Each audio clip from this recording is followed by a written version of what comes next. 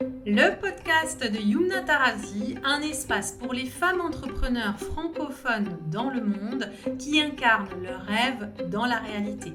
Ici, on parle de leadership incarné, des erreurs qui freinent la croissance et de comment les dépasser, des clés concrètes pour bâtir un business prospère sans te trahir, sans t'épuiser et au service de ton accomplissement et de ta réalité de femme. Ici, on ne copie pas des modèles, on crée les siens, parce que le monde de demain sera féminin. Bonjour à tous et bienvenue dans ce nouvel épisode de podcast. J'ai voulu faire les 8 prochains épisodes de podcast comme 8 leçons business ou plus précisément 8 transformations profondes qui vont créer une vraie bascule pour vous faire passer d'un business qui dépend de vous à un business qui vous soutient vraiment. Alors, écoutez bien ces 8 épisodes qui s'en viennent. Aujourd'hui, c'est le premier épisode sur les 8 parce que c'est pas juste des astuces que je vais partager, c'est vraiment des décisions profondes et une nouvelle manière de vous positionner pour vraiment opérer les changements que vous souhaitez. Donc, si à un moment de votre business, vous êtes en train de chercher une nouvelle stratégie parce que ça bloque, parce que ça coince ou parce que vous ne savez pas par où commencer, le problème, c'est pas ce que vous êtes en train de faire, c'est ce que vous êtes encore en train d'être, dans votre état d'être, dans votre manière de penser. Et on peut continuer à optimiser, à faire des choses, à ajuster, à bidouiller sur les réseaux sociaux. Ça va rester anecdotique. Si ton identité ne change pas, tes résultats ne changeront pas non plus. Alors, on verra qu'à travers ces 8 leçons, il va y avoir des questions identitaires, mais il va y avoir aussi vraiment du comment faire. Il va y avoir aussi des fondamentaux, en tout cas, qui peuvent créer vraiment une bascule profonde dans votre business. Et le grand thème d'aujourd'hui, c'est cette question de temps, où beaucoup d'entrepreneurs me disent « Mais Yumna, j'ai pas le temps, j'aimerais faire tout ça, mais j'ai pas le temps. » Et on va voir pourquoi c'est la pire erreur. Je sais que quand j'entends ça chez des entrepreneurs, c'est vraiment symptomatique du fait qu'ils sont dans la mauvaise direction. Et on va voir pourquoi. Et je vais dire quelque chose dans ces 8 épisodes, notamment là, je vais démarrer tout de suite par quelque chose qui ne plaît pas toujours, que les entrepreneurs n'aiment pas toujours entendre. Mais si vous m'écoutez jusqu'à la fin de cet épisode, vous allez probablement comprendre pourquoi vous travaillez autant sans avoir jamais le temps de finir ce que vous avez à faire pour des résultats qui sont vraiment, mais alors vraiment, pas à la hauteur de ton d'énergie. Et tu vas comprendre ce qui bloque réellement ton chiffre d'affaires. Et tu vas comprendre que c'est pas ton offre, c'est pas ton tarif, c'est pas même le contenu ou on va dire la discipline de ton business. Et c'est certainement pas le manque de temps pour tout faire. On va voir que c'est quelque chose de beaucoup plus invisible et beaucoup plus invisible et beaucoup plus stratégique. Et là, on va aller nourrir la posture de leader. Ça veut dire, c'est ta vision. Ce dont il est question dans ce podcast, c'est de vision, c'est-à-dire ce qui va donner une direction précise à suivre, ce qui va te donner un focus. Et on va voir maintenant ensemble pourquoi avoir une vision solide et comment avoir une vision solide va être vraiment la clé de voûte, le secret pour que le temps ne soit plus un problème dans la réalisation de tes objectifs. Et on va voir que la plupart des entrepreneurs que j'accompagne, c'est rarement un problème de compétence, c'est souvent un manque de vision ou un manque de clarté dans une vision. Et donc, il va y avoir beaucoup de choses, mais sans boussole claire. C'est-à-dire, on va se dire, ok, moi, j'ai appris à masser. Donc, je vais faire des posts sur les réseaux sociaux pour que les gens s'inscrivent à mes cours de massage. Moi, j'ai appris le conseil en images. Je vais faire quelques posts anecdotiques sur les réseaux sociaux pour dire aux gens, venez vous inscrire à mes conseils en images. Et puis, je vais multiplier les actions de cette sorte-là, mais rien ne va se passer. Et vous savez pourquoi rien ne se passe? Parce que ces actions-là que vous faites, elles sont totalement anecdotiques, sans être reliées à une vision. Et donc, ce qui se passe, c'est vous créez du contenu, mais il n'y a pas d'intention claire. Vous lancez des offres, mais il n'y a pas de logique de croissance. Vous dites oui à des opportunités qui vont complètement disperser votre énergie et vous allez optimiser, mais dans toutes les directions à la fois. Et au final, eh bien, vous avez l'impression de bosser énormément, de dépenser énormément d'énergie, mais de ne pas avancer à la hauteur de vos efforts. Et donc, les actions que vous menez, elles vous paraissent anecdotiques. Un coup à droite, un coup à gauche, mais il ne se passe pas grand-chose. Non seulement c'est épuisant mentalement, mais en plus tu commences à te dire peut-être que je ne suis pas faite pour ça, peut-être que les autres ont compris quelque chose que je n'ai pas compris, alors qu'en réalité, oui, il y a une chose que tu n'as pas compris, c'est de pouvoir développer et incarner une vision assez claire pour guider tes actions dans une direction précise et consistante. C'est comme si moi, je décidais d'un coup que waouh, les méditations, c'est une super porte d'entrée pour mon business de coaching business. Et que je me mettais à faire de la pub Facebook comme ça sur mes petits produits de méditation. Et je me dis, bon, allez, j'ai fait 1 000 €, mais j'ai fait 1 000 € en 3 mois. Je vois pas où tout ça va me mener. Et en même temps, je vends pas vraiment de coaching business. Et en même temps, les gens voient pas vraiment le lien. Donc, vous voyez, j'ai une idée. C'est une différence entre avoir des idées et avoir une vision. Tandis que si je me dis, je veux créer un mouvement de leadership féminin dans lequel les femmes francophones entrepreneurs puissent se reconnaître. Toutes les femmes entrepreneurs qui en ont marre d'être déçues des coachings qu'elles achètent, soit parce que ça leur apporte pas de transformation, ça leur apporte des techniques sans transformation, soit parce que ça leur apporte la transformation mais sans les techniques, et parce que tout est systématisé, que ça manque d'écoute, ça manque de mentorat, voilà. Et du coup, je me dis, je vais créer un mouvement de leadership pour ces femmes-là, et je vais proposer un accompagnement de coaching qui leur permette de se transformer, mais à côté de ça, il y aura aussi un vrai mouvement de leadership, et donc les méditations seront la porte d'entrée vers ce mouvement de leadership. Et là, quand je lance mes méditations, je suis pas juste en train d'envoyer de la pub Facebook sur un produit de méditation, je suis en train d'envoyer de la pub et du trafic, ou même des posts organiques, sans pub monétisée. Je suis en train de dire aux gens, rejoignez mon mouvement de leadership féminin. Et tout ce que je fais converge vers cette grande vision que j'ai de l'entrepreneuriat au féminin en 2026 et au-delà. Et ça, c'est la différence entre avoir des idées et avoir une vision. Donc, on va remettre quelque chose à sa place. La vision, on a dit, c'est pas un mood board Pinterest, c'est pas visualiser son avenir. C'est pas avoir une vision de mon business, c'est pas je veux que mon business m'aide à être libre et voyager. Et c'est pas une phrase inspirante que vous trouvez à droite et à gauche. La vision d'une entreprise, c'est la destination précise de ton business. Donc, mouvement de leadership féminin, devenir la référence numéro 1, impacter les femmes et les générations à venir, rassembler tous les modèles de réussite féminin pour pouvoir les modéliser, etc. Destination précise de ton business. Deuxièmement, c'est le niveau de chiffre d'affaires que tu veux atteindre.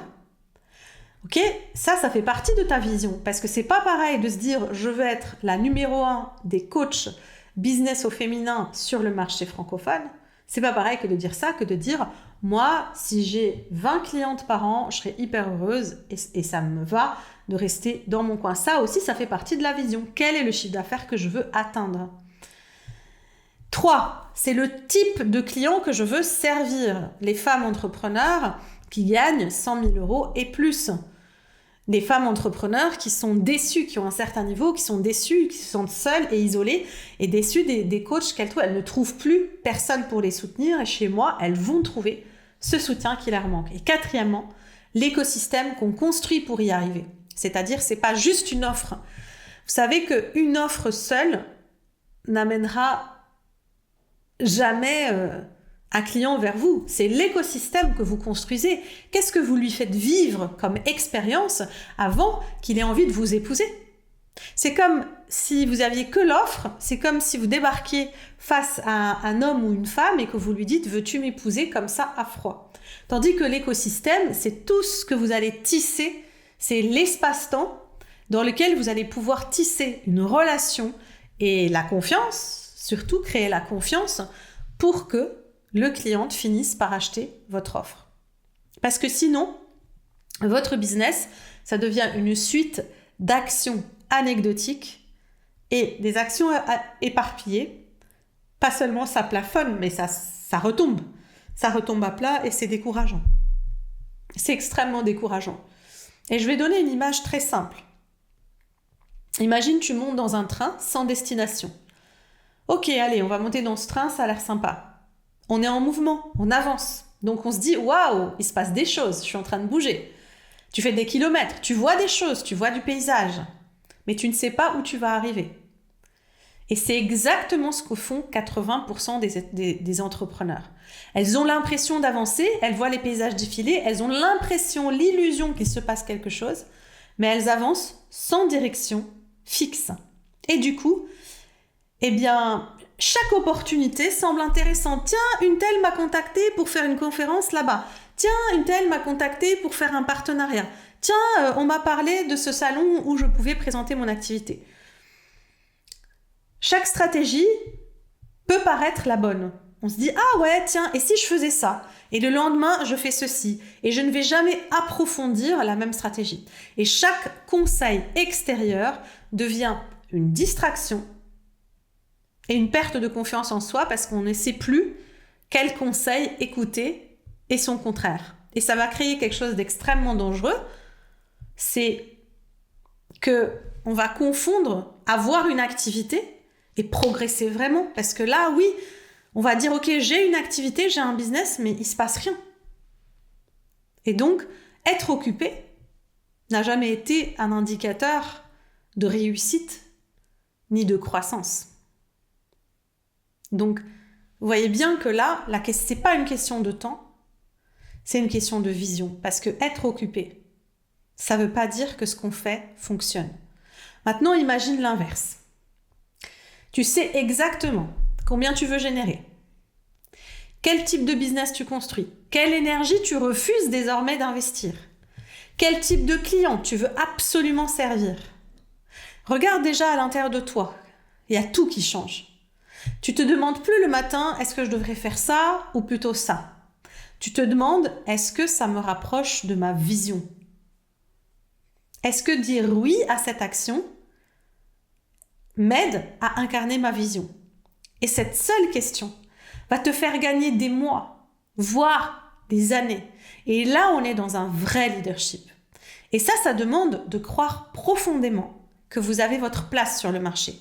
Si d'emblée, vous attendez que quelqu'un vous donne la permission d'avoir votre place ou vous donne la permission d'avoir de la valeur, c'est foutu. Hein. Là, je m'adresse à des personnes qui sont convaincues d'avoir une valeur à apporter sur le marché, qui se disent « Mais ce que j'ai à donner, c'est unique, c'est exactement ce dont les gens ont besoin en ce moment. Et même s'il y a des gens qui font quelque chose de similaire, chez moi, c'est totalement différent. » Et c'est important de pouvoir nommer pourquoi chez moi c'est totalement différent. Par exemple, moi, en tant que coach, ce que je sais de totalement différent, c'est que j'ai à la fois la compétence de guérir, de transformer, grâce à ma casquette de thérapeute, de coach formé, parce qu'il y en a plein qui se disent coach qui ne sont pas formés au coaching, formés et supervisés, jusqu'à aujourd'hui supervisés, et une casquette avec mon expérience entrepreneuriale. Et ce que j'ai vu de mon expérience personnelle aujourd'hui, c'est que dans les coachings, soit je me retrouve avec des personnes qui ne savent pas accompagner cette transformation intérieure et qui ont uniquement les stratégies marketing, soit des personnes qui savent accompagner intérieurement la transformation, mais qui sont d'excellents coachs et thérapeutes, mais qui n'ont pas du tout l'esprit entrepreneur. Et cette seule question, c'est: quelle est ma vision? Qu'est-ce qui me rapproche de ma vision? Et oui, j'ai une vision parce que je sais que j'ai quelque chose de différent, d'unique à apporter et il n'y a plus qu'à avoir les bons clients, ça va nous faire gagner une éternité parce qu'on va arrêter de disperser notre énergie et surtout, on va commencer à être cohérente. Et la cohérence, les amis, c'est ce qui crée des résultats rapides. Créer de la cohérence entre la vision et les décisions qu'on prend, c'est d'une puissance infaillible. Et donc, l'erreur la plus fréquente que je vois tout le temps, c'est ça. C'est qu'il y a des entrepreneurs qui se disent « Allez, on va se lancer. De toute manière, j'ai pas les sous de faire un coaching maintenant. De me faire coacher. Parce qu'évidemment, c'est pas évident de trouver cette vision toute seule. C'est un accouchement. Ça aussi, c'est quelque chose qui fait partie de mes forces. Aider les entrepreneurs à accoucher de leur vision. Et donc, qu'est-ce qu'elles font? Elles lancent leur business et elles essayent de clarifier leur vision après coup. Alors qu'il y a déjà des choses en place. Alors qu'en réalité, la vision devrait être le point de départ. Sinon, tu fais l'inverse de ce qui est stratégique, tu vas construire, puis après tu réalignes dans l'urgence. Imagine, tu construis une maison sur des mauvaises bases, et imagine à quel point ça te coûtera plus cher. Et évidemment, ça coûte cher de construire une maison, mais ça coûte encore plus cher de devoir rectifier ce qui a été mal construit dans l'urgence, au lieu de construire en conscience dès le départ et de se dire peut-être que là, je vais être inconfortable financièrement, mais je sais que c'est pour la bonne cause parce que ce que je vais investir là, je vais le rentabiliser fois 100, fois 10 000. Alors, j'aimerais qu'on termine avec un exercice qui va peut-être vous amener à faire une prise de conscience de votre côté. C'est juste de prendre 10 secondes et de répondre honnêtement à cette question. Vraiment, sans réfléchir. Juste, tu vas répondre oui ou non à ma question. C'est pas je pense, je vais réfléchir, j'aimerais bien. Non, c'est oui ou non. Alors, je vais poser la question. Spontanément, quelle est ta réponse? Est-ce que ton business aujourd'hui te rapproche clairement de ton prochain palier de chiffre d'affaires?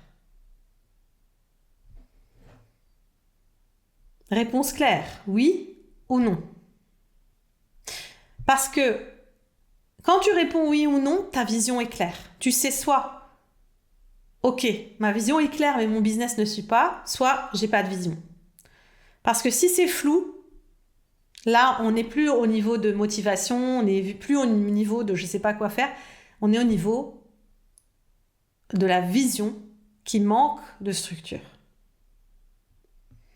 Parce que c'est exactement ce que je vais déconstruire tout au long de cette série de 8 épisodes, de 8 leçons, 8 bascules, parce que la vision seule, elle ne suffit pas.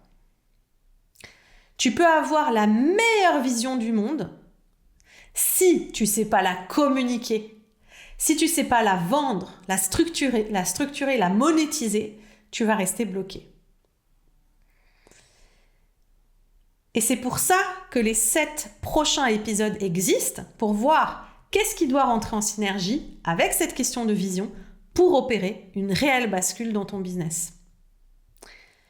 Donc dans le prochain épisode, je vais vous parler de pourquoi vous n'osez pas dire la vérité, comment votre blocage d'expression, souvent dans votre vie personnelle, comment ça vient bloquer votre communication professionnelle et donc votre visibilité et l'accès à votre énergie.